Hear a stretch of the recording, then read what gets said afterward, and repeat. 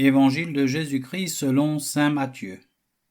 En ce temps-là, Hérode, qui était au pouvoir en Galilée, apprit la renommée de Jésus et dit à ses serviteurs : « Celui-là, c'est Jean le Baptiste.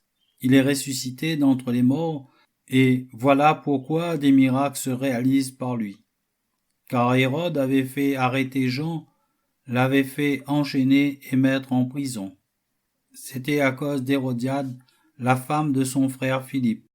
En effet, Jean lui avait dit : « Tu n'as pas le droit de l'avoir pour femme. » Hérode cherchait à le faire mourir, mais il eut peur de la foule qui le tenait pour un prophète.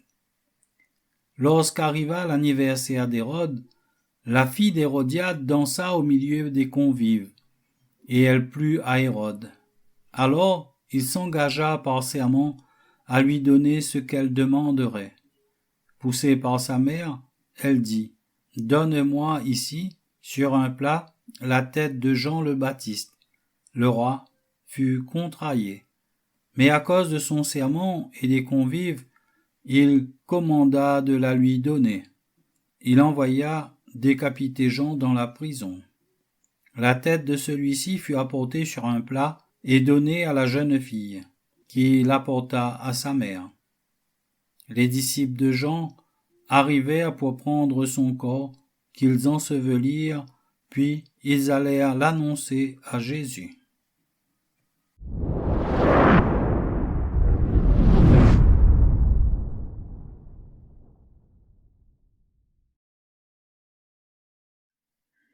Le livre du ciel, tome 14, 23 août 1922. Je me sentais angoissée. J'avais l'impression que mon corps souffrait continuellement de nouvelles annihilations. J'ai demandé à Jésus de me donner la force. Il vint, me prit dans ses bras et m'infusa une nouvelle vie. Mais cette vie me donna l'occasion de subir une nouvelle mort et, par la suite, de recommencer encore une nouvelle vie. Il me dit : « Ma fille, ma volonté englobe tout. Assume toutes les peines, tous les martyrs et toutes les misères à travers les siècles. Voilà pourquoi mon humanité embrasse toutes les peines et tous les martyrs des créatures, parce que ma vie n'a été rien d'autre que celle de la divine volonté. Cela était nécessaire, non seulement pour compléter l'œuvre de la rédemption, mais pour me constituer roi de toutes les souffrances, et également pour que je sois l'aide et la force de tous les martyrs.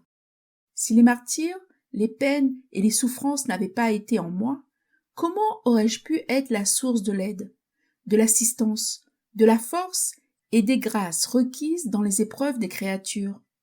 Pour donner, il faut avoir. Voilà pourquoi je t'ai souvent dit que la mission de vivre dans ma volonté est la plus grande, la plus élevée et la plus sublime.